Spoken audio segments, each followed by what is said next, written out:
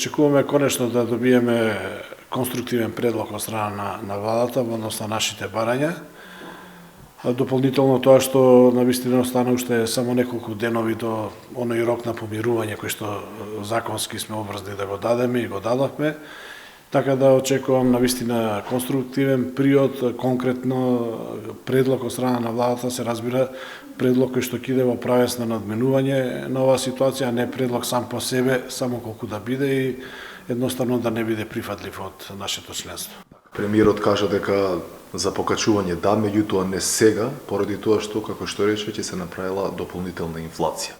Се оградувам затоа што јас не сум економист и не можам да тврдам дека е така или да одречам. Меѓутоа, одговорно можам да тврдам дека со овие плати вработените во дејностите ние што ги застапуваме и тоа како им влие оваа криза за која што зборува владата и навистина тие крај со крај не можат да поврзат од месец до месец, од земање една плата до друга плата. Доколку не се зголемат платите, дополнително би се задал силен удар врз вработените кои што имаат изразено ниски плати. За штрајкот? Штрајкот одлуката е донесена. Практично не зависи сега од нас дали ќе има штрајк, него зависи од социјалните партнери.